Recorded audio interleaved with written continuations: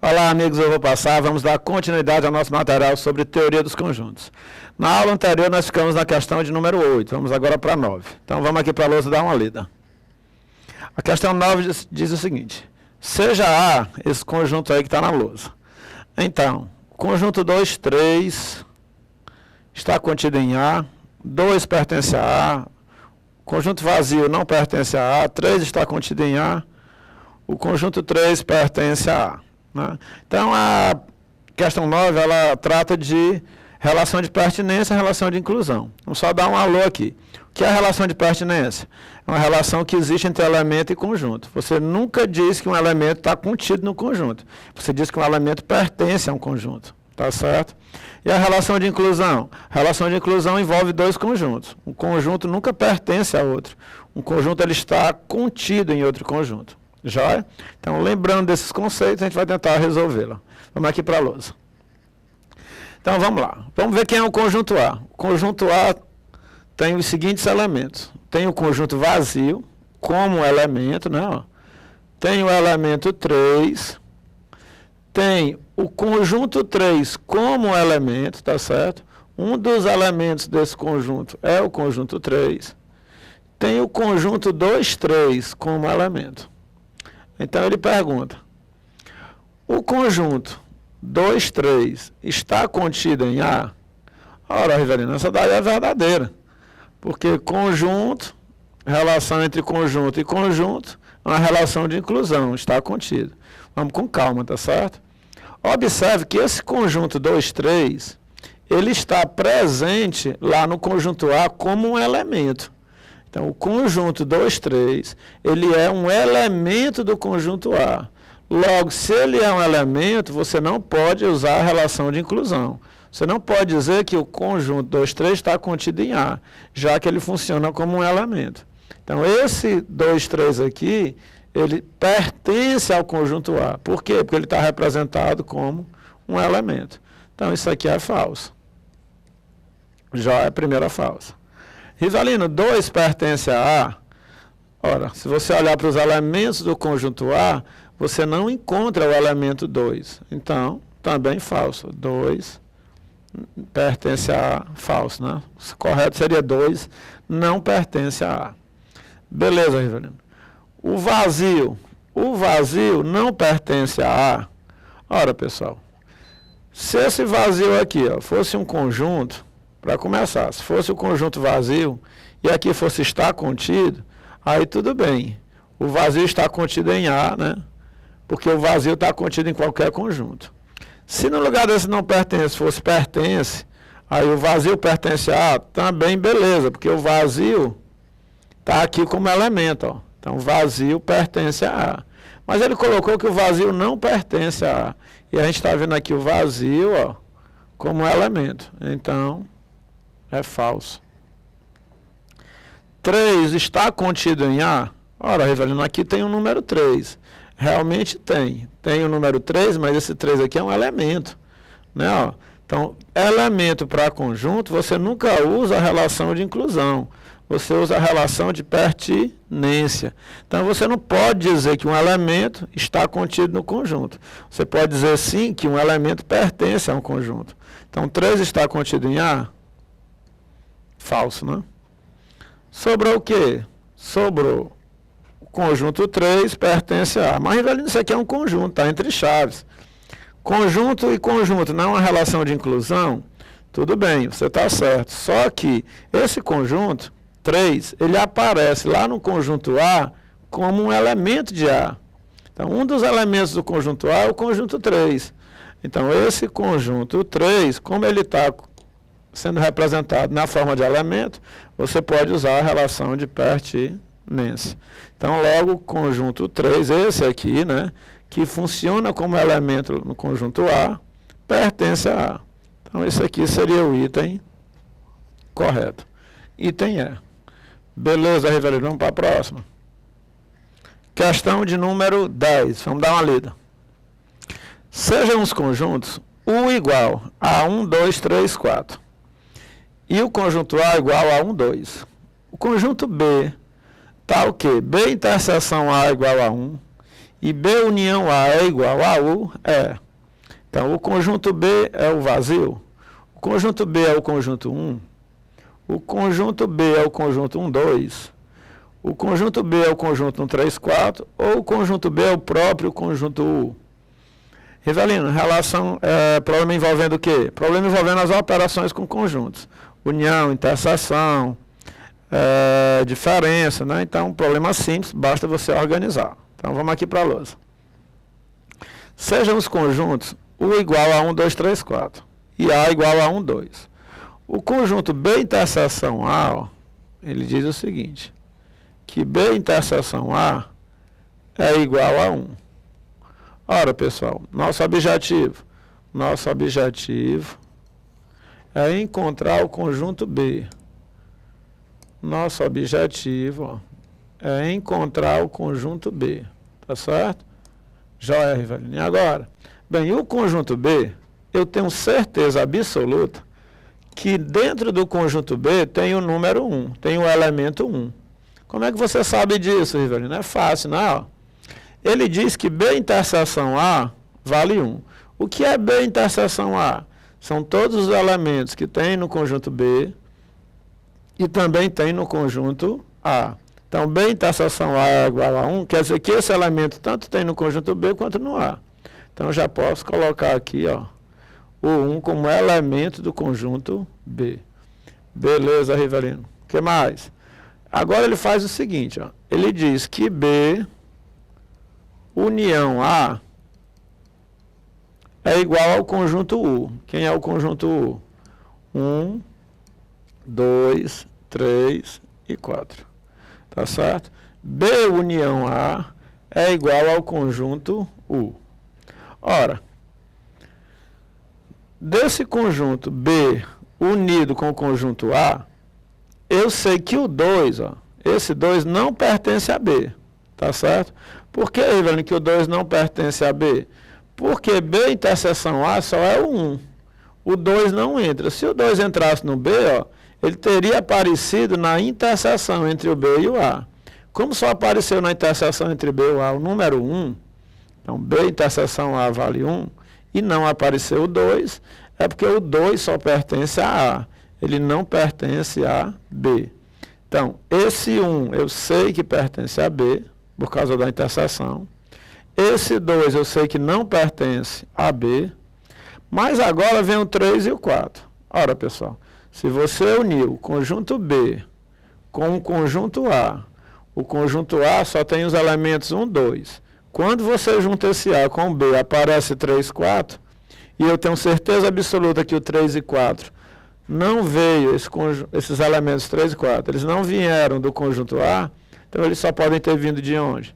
Do conjunto B. Tá certo? Então, 1 já está no B, o 2 não está no B, o 3 e 4, devido a essa união, né, eles só podem ter vindo do conjunto B. Então, eu vou chegar aqui no conjunto B e colocar, chegar ao conjunto B e colocar 3 e 4. Então, quais são os elementos do conjunto B? 1, 3 e 4. Vamos ver se satisfaz as condições. Faça B interseção A. Se você pegar aqui B interseção A, vai dar 1. Tá? Só tem um elemento em comum. Se você fizer B união com A, ora, B união com A vai ser 1, 2, 3, 4, que é justamente o conjunto U. Beleza, Rivelino. Vamos marcar aqui o item. Seria o item D de dado. O conjunto B vale 1, 3 e 4.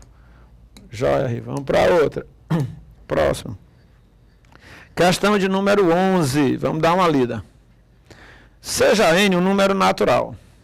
Se A é igual a x pertencente aos naturais, tal que x é igual a 2n. Deixa eu tirar aqui do meio, para a gente poder ver melhor. Pronto.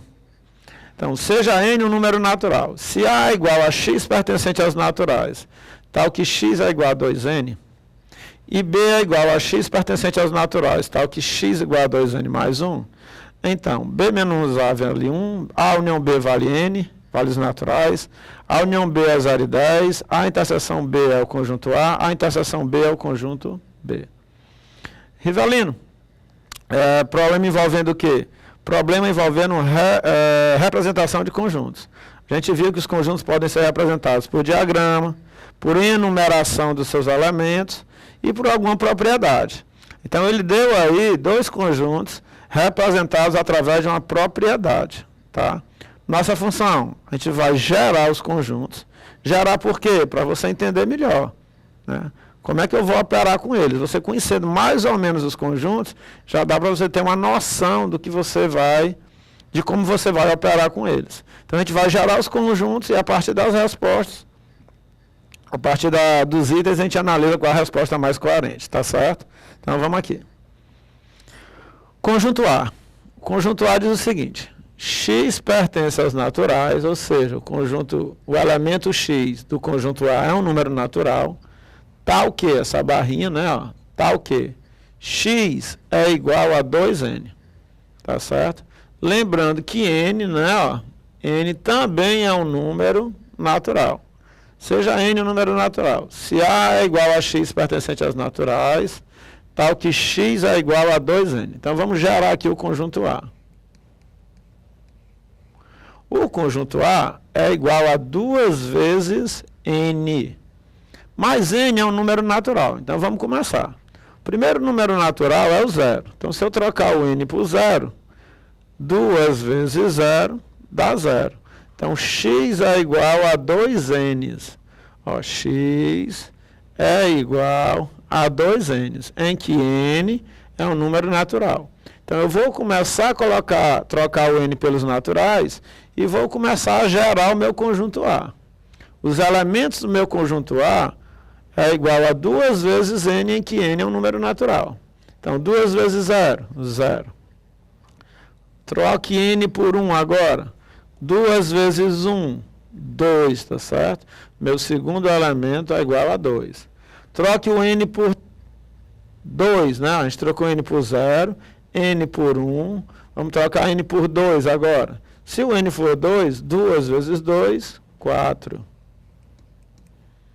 Se o N for 3, Rivelino, 2 vezes 3, 6. Você não precisa ir muito longe para perceber, né, que o meu conjunto A representa o quê? Representa os números naturais pares, né? Ó. 0, 2, 4, 6, 8, 10 e assim sucessivamente. Beleza, Rivelino, já encontrei o conjunto A. Com essa propriedade que foi dada, eu já encontrei o conjunto A. E agora? Agora vamos encontrar o conjunto B. Conjunto B, né? A propriedade que gera o conjunto B é X pertence aos naturais. Conjunto B são todos os elementos X pertencentes aos naturais, tal que X é igual a 2N mais 1. Então, X é igual a 2 vezes N mais 1. Em que N, né, não esqueçamos, N é um número natural. Então, vamos lá. Rivelino, como é que eu faço para gerar o meu conjunto B? Do mesmo jeito que você gerou o A. Vamos trocar N pelos naturais. Trocando o N por 0, como é que fica? 2 vezes 0 dá 0. 0 mais 1, 1. Beleza, Rivelino. Agora, bem, troquei o N por 0, vou trocar o N por 1. 2 vezes 1, 2. 2 mais 1, 3. Joia, Rivelino. Troquei N por 0, troquei N por 1. Vou trocar N agora por 2. 2 vezes 2, 4. 4 mais 1, 5. N por 0, N por 1, troquei N por 2, vou trocar N por 3 agora. 2 vezes 3, 6. 6 mais 1, 7. Ora, você já de cara percebe que o conjunto B é o conjunto dos números ímpares, naturais ímpares, né? 1, 3, 5, 7, 9, 11 e assim sucessivamente. Rivelino, agora? Bem, agora de posse dos dois conjuntos, a gente vai analisar cada alternativa. Então, B menos A é igual ao conjunto 1. O que é B menos A, pessoal? B menos A é tudo que tem em B mas não tem A. Ora, B menos A seria quem? O que é que tem em B que não tem em A? 1, 3, 5, 7, tá certo? São conjuntos disjuntos. Eles não têm nenhum elemento em comum. Então, B menos A é o próprio conjunto B e não o conjunto 1. Então, isso aqui está falso, tá certo? B menos A igual a 1 está falso. Já, Evelyn, e agora? Item B. A união B é igual aos naturais. A união B. Ora, se você juntar o conjunto A, que são todos os números pares, com o conjunto B, que são os números ímpares, você vai ter justamente quem? Você vai ter justamente o conjunto dos números naturais. Quem são os naturais? 0, 1, 2, 3, 4, 5, 6, 7, até o infinito. Então, o item B, verdadeiro. Rivelino, a união B igual a 0,10? Lógico que isso aqui é falso, né? A interseção B é igual a A. Ora, A interseção B, como eles são conjuntos disjuntos, isso aqui daria era vazio, né? Ó. Então, também é falso. A interseção B é igual ao conjunto B? Não, né? Como eu acabei de dizer, a interseção B seria o conjunto vazio. Tá certo? Então, a interseção B igual a B também é falso. Rivelino, o item correto? O item correto é o item B. B de bola. Vamos para a próxima. Questão de número 12, questão interessante, tá certo? Vamos dar uma lida. Seja S igual a S1, S2, S3, o conjunto de sintomas de uma determinada moléstia. Seja S igual a S1, S2, S3, o conjunto de sintomas de uma determinada moléstia. Em geral, o portador desta moléstia apresenta apenas um subconjunto não vazio de S. Então, para a pessoa ter essa doença, ela tem que ter um subconjunto não vazio de S. Já, Rivelino. Observe que o conjunto S, ele tem 3 elementos e tem vários subconjuntos, tá? Por exemplo, vazio é um subconjunto, o conjunto S1 é um subconjunto, o conjunto S2 é um subconjunto. Então, para ele ser portador da doença, ele tem que ter um subconjunto desse, que não seja o vazio. Porque se ele tiver o conjunto vazio, ele não está doente. Já? Assinale a única alternativa correspondente ao número de subconjuntos de S que poderão apresentar aos pacientes portadores dessa moléstia. Assinale a única alternativa correspondente ao número de subconjuntos de S que poderão apresentar aos pacientes portadores desta moléstia. Quem é portador dessa doença? Eu pergunto. Quais os possíveis subconjuntos que ele pode ter? Tá certo? De sintomas. É isso que ele quer saber.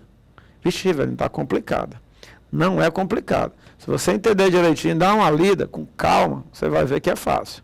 Né? Então, vamos lá. Seja S, S1, S2, S3, o conjunto de sintomas de uma determinada moléstia. Né? Em geral, o portador dessa moléstia apresenta apenas um subconjunto não vazio. Então, vamos anotar isso aqui, ó, importante. O portador desta moléstia apresenta apenas um subconjunto não vazio de S. Assinale a única alternativa correspondente ao número de subconjuntos de S que poderão apresentar os pacientes portadores dessa moléstia. Então, vamos lá. Pessoal, eu vou escrever aqui só para você ter uma noção quem são os subconjuntos desse conjunto S. Né? O meu conjunto S, ele tem 3 elementos. Sintomas 1, sintoma 2, sintoma 3. São os sintomas da doença. Então, vamos lá. Quais são os subconjuntos desse conjunto S? Primeiro subconjunto, vazio. O vazio está contido em todos os conjuntos. Rivelino, esse conjunto, o subconjunto desse conjunto S é o conjunto das partes? É, né? Ó, na realidade, eu estou errando aqui, né? Ó. Quando eu chamo esse conjunto de S, na realidade, isso aqui não é S. Isso aqui é o que é?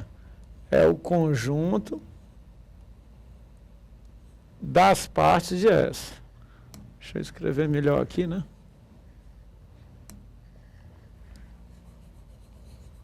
Na realidade, na hora que eu escrevo o conjunto formado por todos os subconjuntos de S, eu estou escrevendo é o conjunto das partes de S. Então, quem é o conjunto das partes de S? É o conjunto vazio, né? Porque o conjunto das partes é um conjunto formado por todos os subconjuntos de S, ou seja, aqueles conjuntos que estão contidos em S. Então, vazio está contido em S. O sintoma 1, o conjunto sintoma 1 está contido em S. O conjunto sintoma 2 também está contido em S. O conjunto sintoma 3 também está contido em S. Tá certo? O conjunto sintoma 1, sintoma 2 também está contido em S. O conjunto sintoma 1, sintoma 3 também está contido em S. Então, você já tem aqui 3, 4, 5, 6 subconjuntos. O conjunto sintoma 2, sintoma 3 também está contido em S. E, por último, você tem o conjunto sintoma 1, sintoma 2 e sintoma 3. Os 3 sintomas juntos, que também está contido em S. Ora, pessoal, todos eles são subconjuntos de S. Então, para uma pessoa estar doente, ele tem que ter pelo menos um subconjunto, tá certo?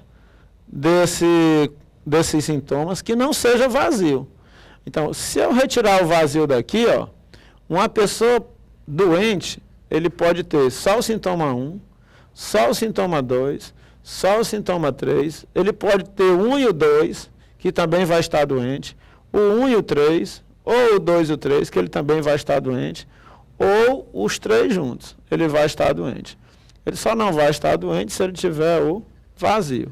Então, o que é que ele pede agora na questão? Vamos lá. Assinale a única alternativa correspondente ao número de subconjuntos de S que poderão apresentar os pacientes portadores desta moléstia. Então, o número de subconjuntos de S é o que ele quer. Que poderão apresentar os pacientes portadores desta moléstia. O número de subconjuntos de S. Então, o número de subconjuntos de S que um portador da doença pode ter seriam quantos? Seriam 7. Né? Ele poderia ter esse aqui, está doente, este, 4, 5, 6 e 7. Só vou retirar quem? O vazio. Então, resposta correta. O item A. Mas, Rivelino, só tem esse jeito de fazer? Tem outro jeito mais simples, não? Tem, né? Eu mostrei esse jeito para você entender melhor a questão. Mas, você poderia fazer o seguinte, né? O número das conjunto das partes de S, o número de elementos do conjunto das partes de S é igual a 2 elevado a NS. Rivelino, o que é isso? Ora, quando você quer saber o número de elementos do conjunto das partes, ou traduzindo, quando você quer saber quantos subconjuntos tem um determinado conjunto dado, isso vai dar uma potência de 2. Seria 2 elevado ao número de elementos desse conjunto. Então, o número de subconjuntos de S é igual a 2 elevado a NS, que é igual a quantos elementos tem um conjunto S? O conjunto S tem 3 elementos. Então, 2 à terceira, que é igual a 8. Então, o número de elementos do conjunto das partes de S, que traduzindo é o número de subconjuntos de S, é igual a 8. Beleza, Rivelino. E aí, ora, se você sabe que o conjunto das partes tem 8 elementos, e o rapaz, para estar doente, ele não pode estar com sintoma, né, com esse subconjunto vazio, então você vai pegar esse 8 e retirar um subconjunto, que é o vazio. Então, a minha resposta seria igual a 8 tirando o conjunto vazio, que é um subconjunto que o portador da doença não apresenta. Então, 8 menos 1, 7. Você acertaria do mesmo jeito, ó, o item A, 7. E seria bem mais rápido. A vantagem daqui é que você está entendendo o que é que você está fazendo, né? Aqui você já tem que ter uma maturidade matemática melhor. Mas aí para concurso é bem melhor isso aqui. Tá certo? Vamos para a próxima. Questão de número 13. Vamos dar uma lida.